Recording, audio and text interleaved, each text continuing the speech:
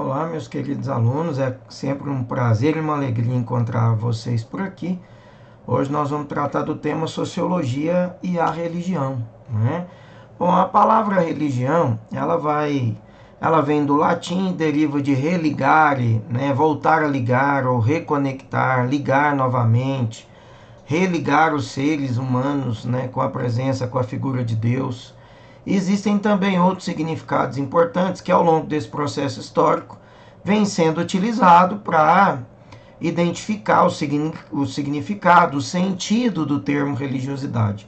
Um dos mais utilizados é aquele que Cícero usava, né, vem do latim no sentido de relegere, né, reler, reativo, né, a leitura, releitura dessas escrituras.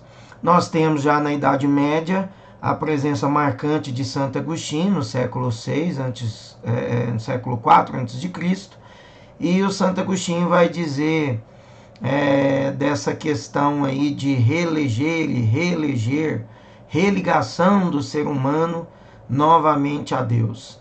E por fim, Macróbio, né, também aí no século V, no sentido de que essa palavra significa religio, né?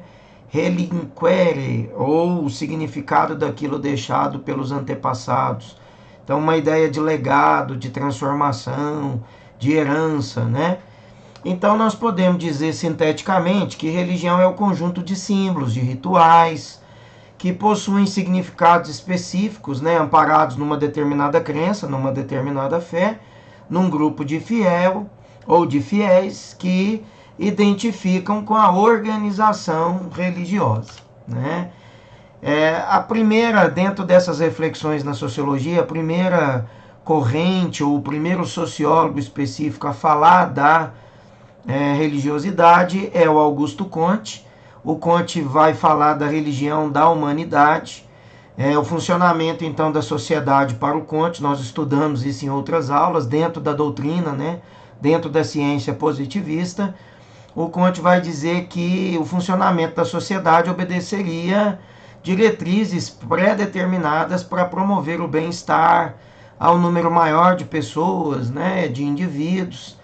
Ele também vai falar de uma sociedade que pudesse gerar uma reformulação geral das ciências e a utilização dessas ciências para uma organização sociopolítica.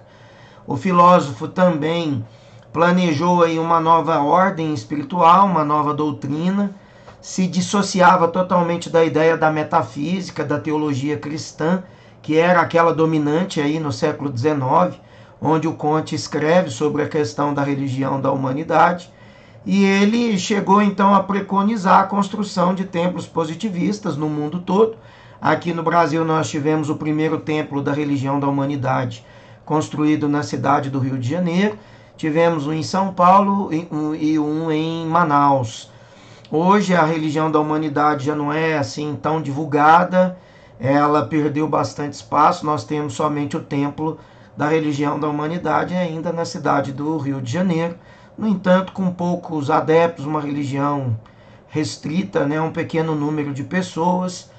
E ele via propriamente nessa ciência, né, positivista uma ligação clara com o processo de desenvolvimento humano, em que nós pudéssemos conjugar o desenvolvimento humano através de procedimentos, né, do homem como protagonista da sua própria história, da sua própria vida, das suas escolhas, né, e consequentemente o homem reescrevendo a sua história no sentido desse protagonismo transformador, renovador, progressista, que alavancasse o ser humano e consequentemente a humanidade.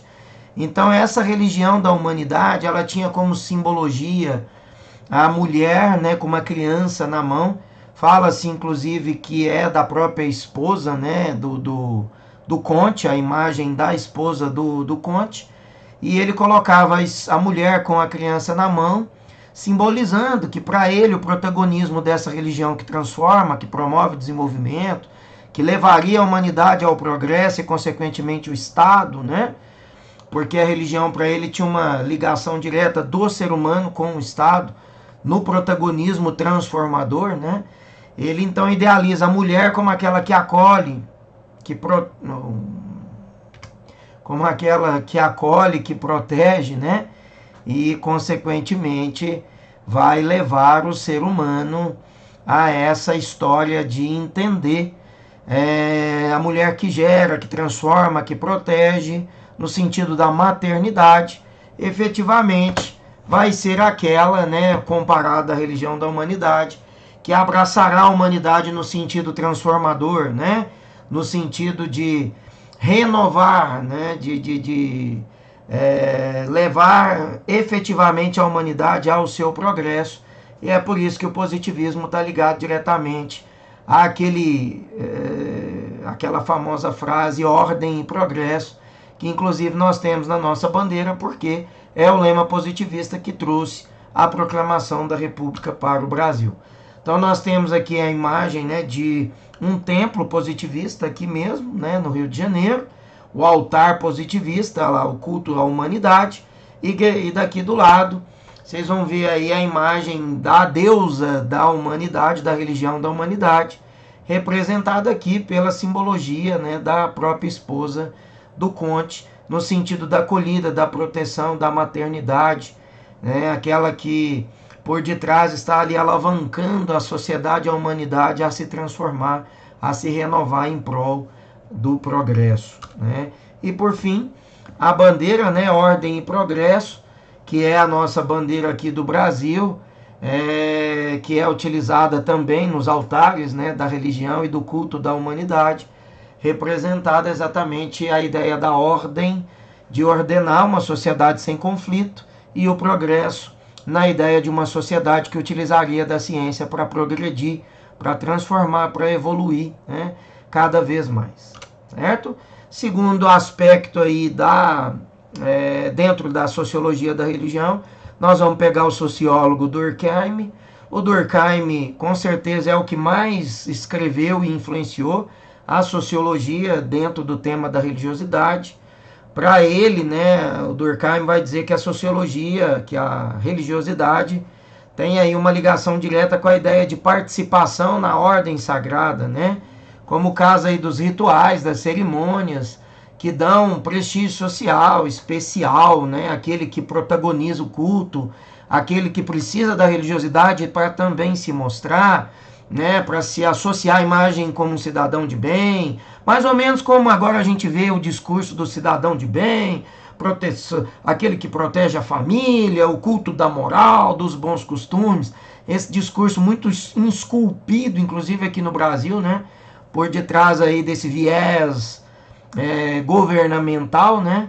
É mais ou menos a ideia. Então a religião é aquela que vai garantir também o prestígio social.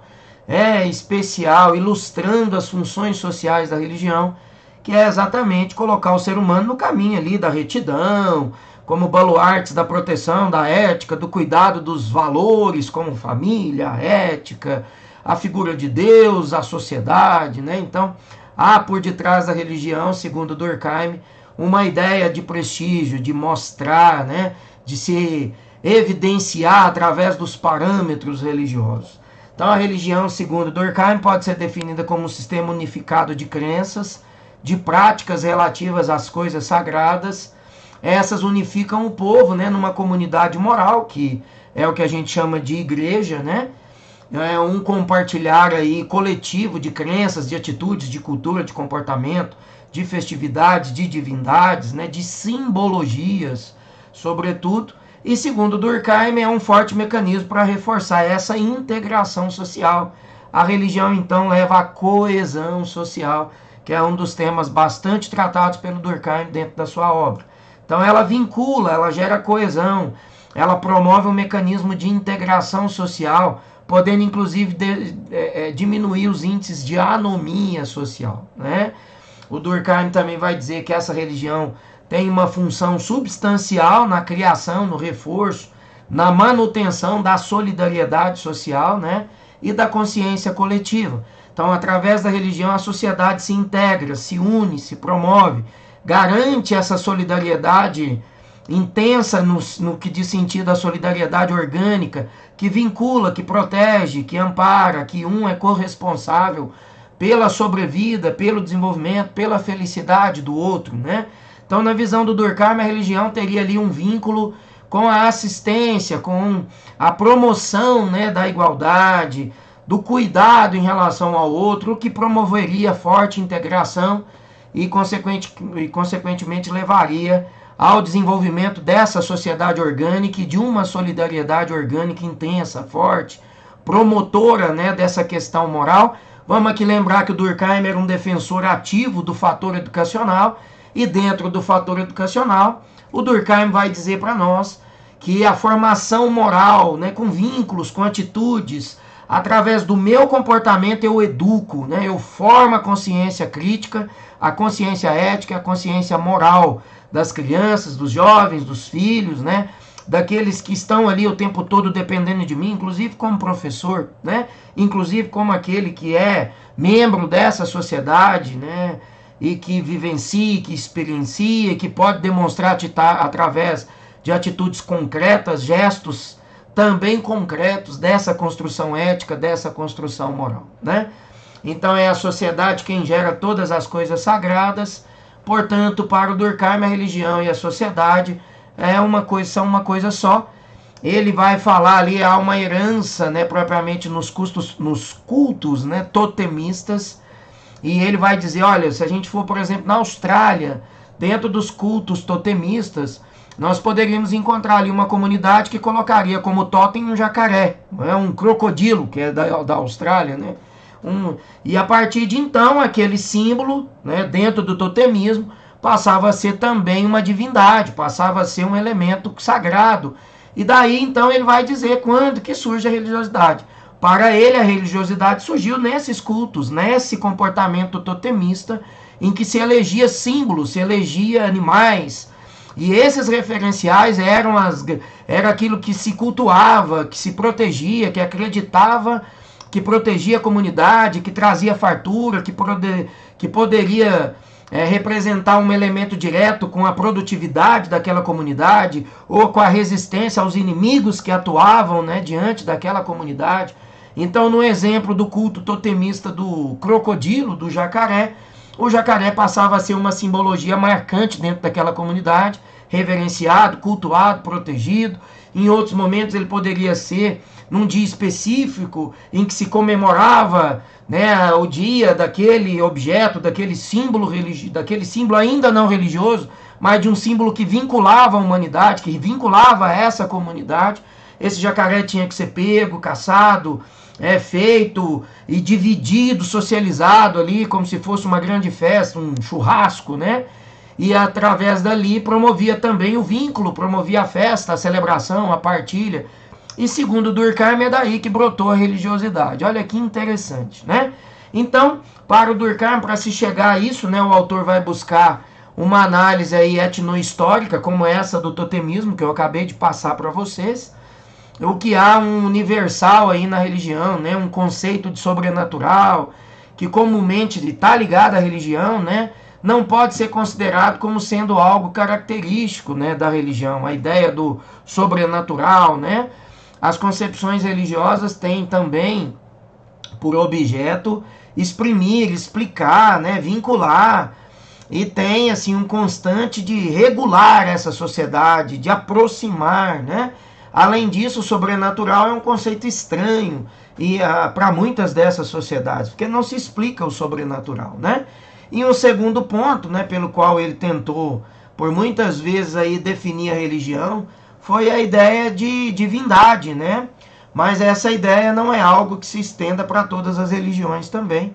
Um exemplo é o budismo, né, o jainismo e outras religiões da Índia, onde a ideia de Deus ou de um espírito superior está ausente, né? Então se cultua ali o elefante, se cultua a vaca, assim como no exemplo do totemismo do jacaré, do crocodilo, que eu acabei de passar para vocês, tá? O Durkheim, então, vai dizer da religião como essas formas elementares da vida religiosa. O estudo da religião como fato social é o tema central da sociologia do Durkheim, o fato social. E como fato social, a religião é, de fato, um fato que é coercitivo, que é geral, né, e que é automaticamente imposto, né, de uma maneira intrínseca na vida e no comportamento dessas sociedades, né? As pessoas se submetem a essa religiosidade, aos vínculos e às ideologias, né, que são praticadas a partir do fenômeno religioso. Há uma distinção para ele entre sagrado e profano. A religião está normalmente atribuída ou relacionada direto com aquilo que é sagrado, mas não quer dizer que seja simplesmente Deus, esse elemento superior, né? O animal, como o jacaré, né, a vaca, o elefante, também podem ser sagrados. A família pode ser sagrada. O fogo, nas tradições romanas, né, e gregas, era sagrado. Então, o sagrado e o profano. O sagrado associado com aquilo que é divino, ou que propriamente é acolhedor, é protetor, é o que garante vida. Por que o fogo se tornou sagrado nas comunidades? Porque era fonte de vida, de proteção. Ele afugentava inimigos, ele afugentava os animais, né, aqueles que poderiam devorar à noite. Ele também cozia os alimentos, foi ele o responsável por fundir o aço, por fazer espada, facas, objetos de guerra e de manutenção da vida. É ele também o grande objeto aí, né, da proteção e, portanto, da transformação. Então, o fogo é o elemento também que desfazia os corpos ali nas celebrações, sobretudo bárbaras, né? E a fumaça, a cinza, a fumaça dos fogos, dos mortos pegando fogo aos céus, era a promessa do retorno aí, né, aos céus, a Deus, a essa divindade, ao culto específico que cada comunidade tinha. E por outro lado, a cinza era exatamente a certeza do fecundo, né, do fermento, daquilo que ficava e que poderia voltar novamente à sociedade. E é daí que deriva a plaquinha lá nos cemitérios do pó vim ao pó voltarei, né, da ideia mesmo de transformação que os cultos bárbaros também deixaram para nós. Já havia uma herança disso entre os egípcios e já havia também uma ligação direta disso com os mongóis, né? E tudo isso é interessante a gente falar nessa aula de sociologia vinculada à religiosidade. Então, a religião e os rituais transformam ao longo do tempo, né? Cada uma tem a sua referência, cada um tem o seu elemento simbólico marcante ou os seus elementos simbólicos. O racionalismo científico e moral durante algum tempo tentou combater, afastar ou mostrar que aquilo era uma criação e tal, mas mesmo assim a religiosidade superou a ideia do racionalismo científico e permanece diante de vários, né, milhares de anos.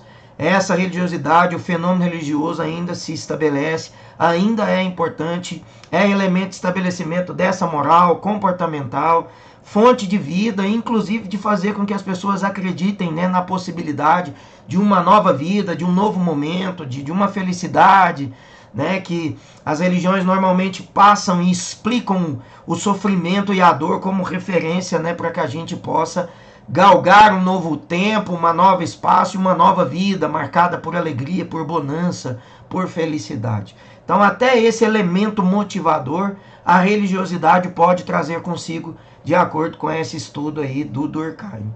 A coesão, né, e a intracomunidade, nós já falamos sobre isso, pode levar então a conflitos entre comunidades, exatamente porque cada um quer defender o seu símbolo, a sua referência ética e moral.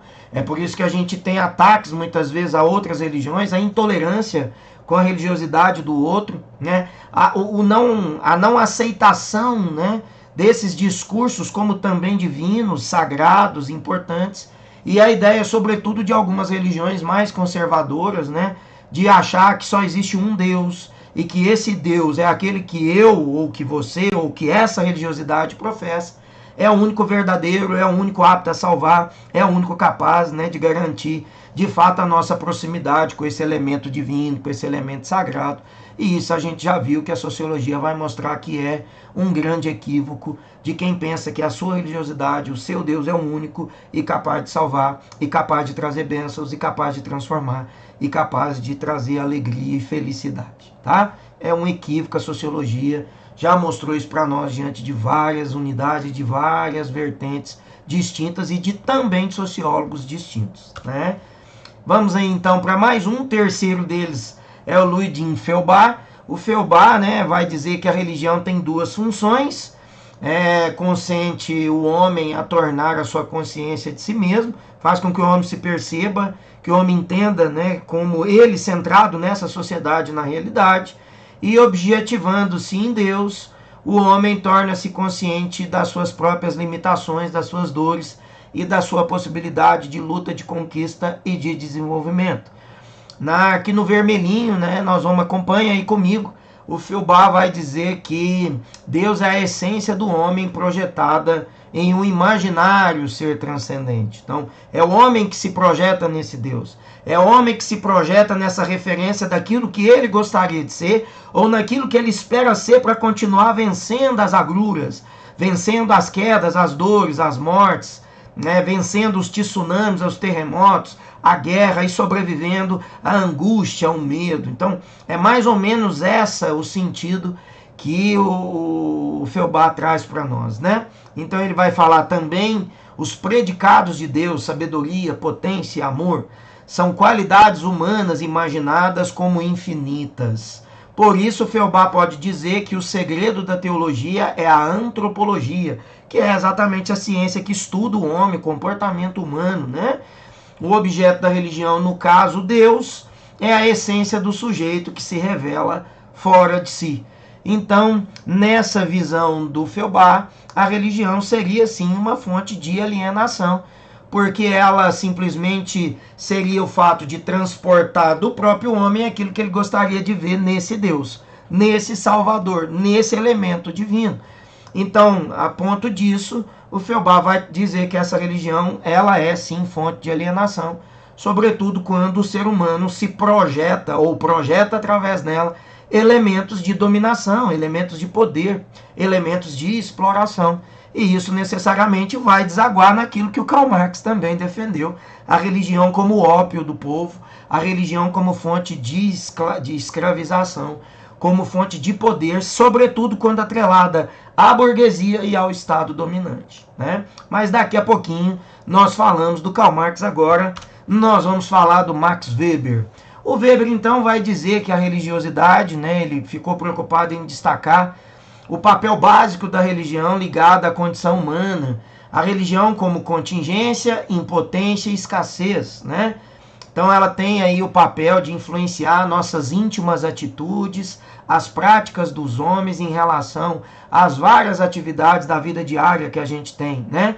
O modo como os indivíduos e os grupos orientam as suas ações, daí a ação social. A ação social com referência a valor é um exemplo claro, né? Claro da religiosidade. Quando eu faço jejum de carne durante a quaresma, os cristãos, é um exemplo de ação social com relação a valor. São os valores religiosos que me levam a abrir mão de 40 dias sem comer carne, certo? Então tá aí a ideia de valores, de ações, né? Conjugam essas ações. Ou definem as suas condutas e comportam uns em relação aos outros. Então a religião como fator causal na determinação de ação, como a do jejum, né? Como a do Talibã, que amarra um cinturão bomba e se joga junto com os aviões nas Torres Gêmeas, como aconteceu nos Estados Unidos. Então, ela é fonte de ação, ela é fonte de determinação, né? Buscou, então, provar as concepções religiosas, efetivamente, um determinante, né, na conduta econômica. A partir daí, ele explica a ética protestante. Então ele vai dizer que a religião, ela também está atrelada a essa conduta econômica e uma forma de exploração. Quer dizer, a burguesia sabiamente utilizou do protestantismo para alienar a classe operária e a partir daí torná-los escravos, torná-los efetivamente indivíduos alienados na promoção e na divulgação e na construção das riquezas da burguesia, das riquezas de uma sociedade capitalista, que enriqueceu, e de empresários que enriqueceram, como Ford, Rockefeller, Detroit, Montblanc, enriqueceram às custas dessa alienação do operário que estava dentro do pátio das suas fábricas. Então a ética protestante, né, antes de falar aqui, né, do desencantamento de mundo, eu vou entrar na ética protestante para frisar a construção da ética através da vocação para o trabalho. O indivíduo era vocacionado, porque o trabalho era uma forma de louvar a Deus, né? O trabalho como forma de dignidade, o trabalho dignifica o homem. o idealização do patrão. Então o patrão não era aquele que o explorava. Na visão do operário protestante, o patrão era aquele que recebia as benesses de Deus, porque era merecedor de todo o sacrifício, né? Por que Deus era generoso com o patrão e não era generoso comigo, operário? Porque eu não estava sacrificando, eu não estava me esforçando tanto o suficiente ainda. Eu tinha que me esforçar mais, trabalhar mais, me dedicar mais, pagar rigorosamente o dízimo de 10%, para que Deus também pudesse me louvar, pudesse me agraciar com benefícios, assim como ele já agraciava o meu patrão.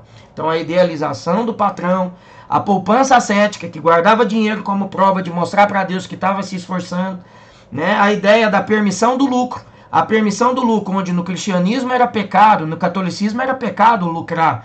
O protestantismo vai dizer que o lucro é permitido, é uma dádiva de Deus, é a demonstração clara de que Deus está premiando aquele que é esforçado, aquele que fez por merecer, aquele que sacrificou, aquele que se dedica à construção da igreja, pagando dízimo, né? Que não falta ao culto, que tem uma vida altamente rigorosa na centralidade moral, comportamental, que não frequenta bar, que não frequenta bordel, que não fica na esborne. É por isso que Deus retribui para esse grande cidadão reto, moral, comportamental, que vivia a sua vida em função de trabalho, família e igreja. Essa é a construção da ética protestante que provocou os lucros do capitalismo, porque ter operários protestantes era altamente rentável, porque ele trabalhava feito louco, ele trabalhava literalmente, me desculpe o termo, como tarados, né? Eram tarados pelo trabalho, porque acreditava que quanto mais trabalhasse, mais próximo de Deus eles estariam, né? E aí, para a gente encerrar a parte da sociologia do Weber, ele vai falar do desencantamento de mundo.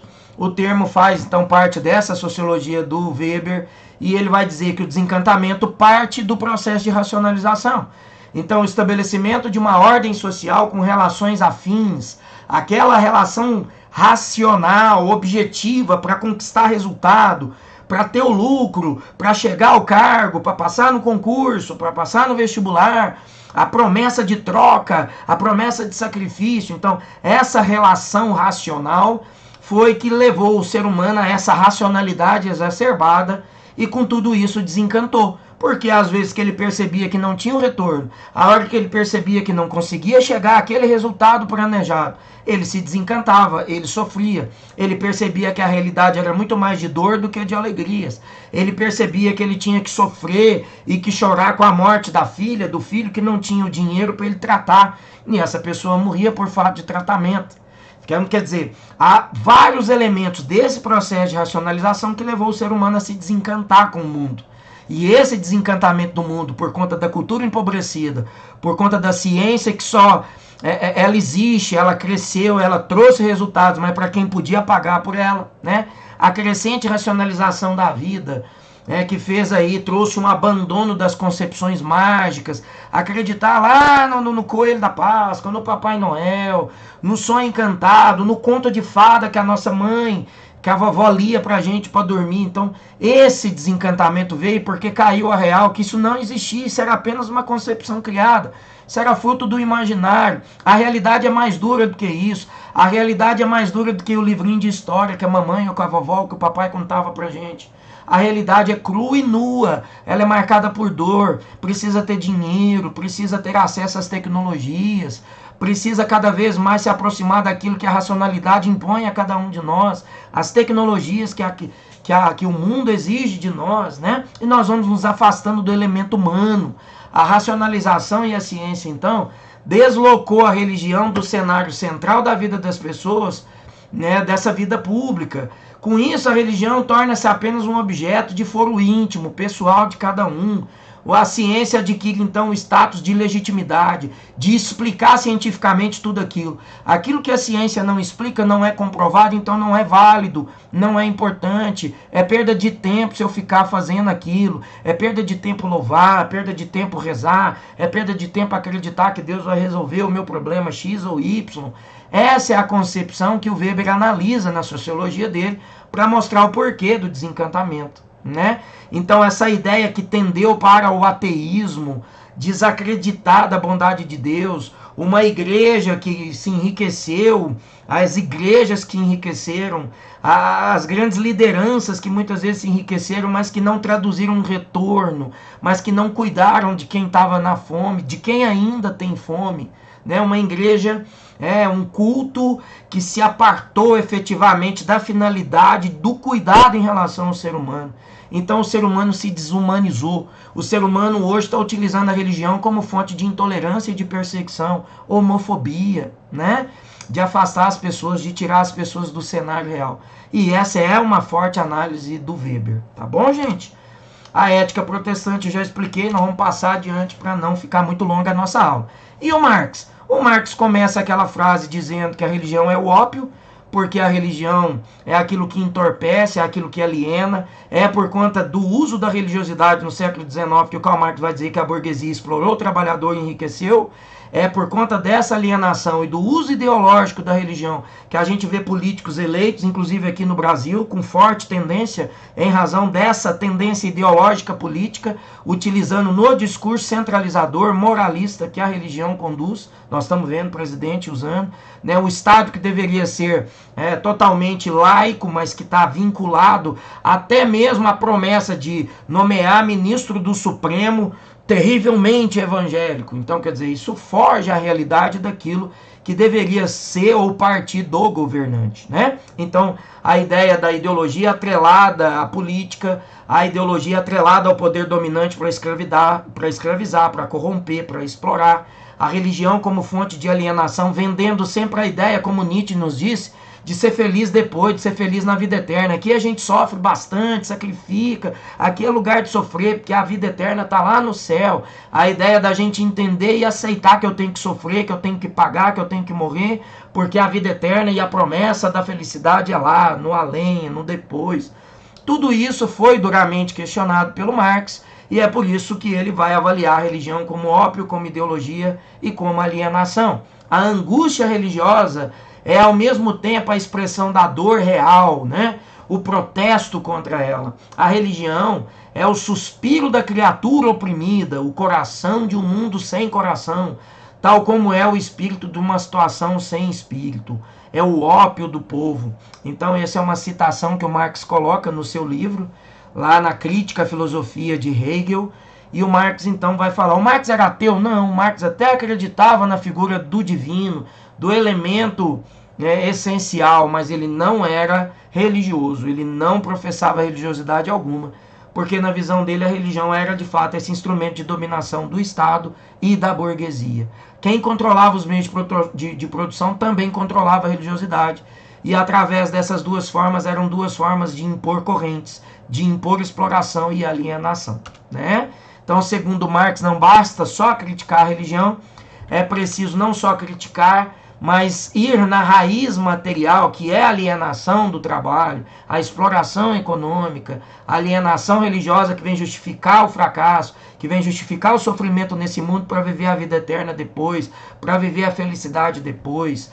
A ideia de viver e me submeter a condições de miséria aqui para depois ser feliz na vida eterna. Tudo isso foi motivo de forte crítica do Marx por conta dos discursos, sobretudo do cristianismo, durante o século XIX, né? Então, a ideia do mundo celeste e do mundo terrestre, o Marx não concordava de maneira nenhuma com essa afirmação. E, portanto, era de fato uma alienação ideológica. Ele considerava, então, essa forma de alienação e vai dizer que o homem vive o mundo e ele, então, vive nesse mundo que ele desejaria viver, mas um mundo de sofrimento para a grande maioria, né? O mundo celeste é o resultado desse protesto da criatura oprimida, né? Contra esse mundo mundano, mundo humano, né? Então, ou seja, viver o depois, viver a vida eterna, me entregar na dor aqui para depois ser feliz lá na frente, que é também uma crítica que o Nietzsche vai fazer, né? A influência de Feuerbach na filosofia e na sociologia do Marx, o Feuerbach afirmou que a alienação é fundamental, né? Tem as suas raízes no fenômeno religioso, numa relação entre criador e criatura, E a supressão desse mundo alienado ocorreria através da crítica religiosa, da percepção clara do uso da religião para oprimir, do uso da religião para alienar, do uso da religião para explorar e para construir verdadeiras riquezas para quem detém o controle dos meios de produção. Então, Feuerbach e Marx eram afins nesse pensamento. E com isso eles não estão criticando Deus ou a figura do divino. Eles estão falando do uso indevido que o homem fez da religião para explorar, que o homem fez da religião para enganar, né, para se tornar cada vez mais poderoso e rico às custas de cidadãos, de pessoas humanas que morriam de fome, de frio, sacrificadas num trabalho pago de uma maneira totalmente escrava ou semi-escrava, e que não nos dava a condição de cuidar de seus filhos, de serem felizes e de se realizar nesse mundo. Essa é a verdadeira crítica marxista. Tá? E aí o último dos sociólogos importantes, esse é mais recente, o Peter Berger, é o chamado sociólogo da religiosidade, né? E ele vai dizer da sociologia, né, da religiosidade, me desculpem, como mercado. A religião passou a ser considerado um bem de consumo, de livre escolha, né, sujeita à lei da oferta e da procura como qualquer outro. Então as pessoas passaram a procurar a religiosidade a partir das promessas, né, que essa religiosidade também dispunha, que ela também oferecia a cada um de nós. Então a religião como mercado, mercado de fé, mercado de salvação, mercado de vida eterna, mercado de felicidade, né? Promoção, né, da vida. A minha religião como aquela que tem o Deus verdadeiro, a minha religião que é aquela que precisa tirar os outros falsos deuses do caminho, é por isso que eu ataco, é por isso que eu persigo, é por isso que eu sou intolerante com as outras religiões, né? Então essa é a ideia que o Peter Berger vai dizer. O mercado religioso, a exploração religiosa, canais de TV, fundamentação de políticos utilizando o discurso religioso, a ideia da religião como alienação, ligado ou atrelado ao poder econômico de grandes elites, inclusive burguesia, como dizia Feuerbach e Marx, né? Toda essa estrutura mercadológica através da religiosidade, que aliena, que corrompe, que afasta o ser humano da realidade e que, infelizmente, potencializa resultados danosos para a própria humanidade, segundo a avaliação do Peter Berger. Tá? O Peter Berger faleceu em 2017, salvo engano, mas ele deixou aí um estudo importante como aquele que é o sociólogo da religiosidade. Tá? E por fim, gente, nós vamos encerrar falando do conceito que na sociologia é muito forte, né, do sincretismo. Sincretismo é a fé cristã atrelada a outras crenças que vai encontrar afinidades. Então, quando a gente tem o candomblé, a umbanda, o espiritismo, que conjuga elementos, né, com a fé cristã, com a religiosidade cristã, nós vamos ter o sincretismo. Então, o sincretismo de professar Inhaçã, que é a deusa dos ventos, né, na figura de Santa Clara, de professar São Francisco de Assis do catolicismo, na figura de Oxóssi, que é o orixá das matas e dos animais, Ogum guerreiro na figura de São Jorge, e assim sucessivamente. Então o sincretismo cai nas provas, é forte teoria, né, que a sociologia religiosa cobra, e é preciso então a gente guardar, tá bom? Outro discurso, né, outro conceito muito importante é o do ecumenismo, é a ideia, né, de uma afinação única das religiões de berço cristão. Então, quando a gente tem essa afinação, quando a gente afina os instrumentos dentro dessa mesma proposta de libertação, de salvação, de solidariedade, de amor ao próximo e de cuidado ao planeta, nós estaríamos afinizando um discurso único em prol de um mesmo Deus. Essa é a ideia do ecumenismo, e dentro desse diálogo interreligioso é preciso então a gente cultivar cada vez mais o amor e sobrepor essas diferenças que às vezes são as grandes responsáveis pelas agressões, pela destruição, pela intolerância e pela morte. E por fim, citar aqui a encíclica, né, do Papa Francisco, Laudato Si, que é uma carta ecológica, né, que é uma encíclica em que ele aprova mais uma vez a ideia de ecumenismo, mas que ele coloca o cuidado da gente e o cuidado da nossa casa maior, que é o planeta, e que é o cuidado que a gente tem que ter com a Amazônia, com o planeta, com o Pantanal, com os animais, com a emissão de gases tóxicos, com tudo aquilo que polui, com tudo aquilo que mata, com tudo aquilo que não é sustentável. É uma carta que coloca o ser humano como integrante desse elemento natural, muito parecido até, né, com os cultos do xamanismo, né, da dos índios. Então, por isso a preocupação que o Papa tem com os índios, com os quilombolas, com os humildes, com os simples, com aqueles que vivem lá nas suas comunidades, né, nas suas tribos, e da maneira negligente como os poderes econômicos, a exploração, o interesse capitalista e, infelizmente, a ação de governos negligentes e desumanos que matam e que permite a queima de floresta, o desmatamento, o assoreamento, o uso de defensivos agrícolas, que aqui no Brasil é uma vergonha, né? Mais de 250 defensivos, né? Agrotóxicos proibidos no mundo, mas que aqui foi liberado, sempre no afã de lucro, no afã, né, de potencializar a questão da exploração econômica. E tudo isso poderia facilmente acontecer de maneira sustentável, sem colocar a vida humana dos animais e o próprio ecossistema em risco, tá certo? Me desculpe a rapidez da explicação, mas o vídeo ficaria muito longo. Eu espero que vocês tenham gostado, aprendido um pouco mais sobre esse passeio da sociologia na religiosidade. Façam os exercícios e qualquer dúvida basta me consultar. Um grande beijo, tudo de bom.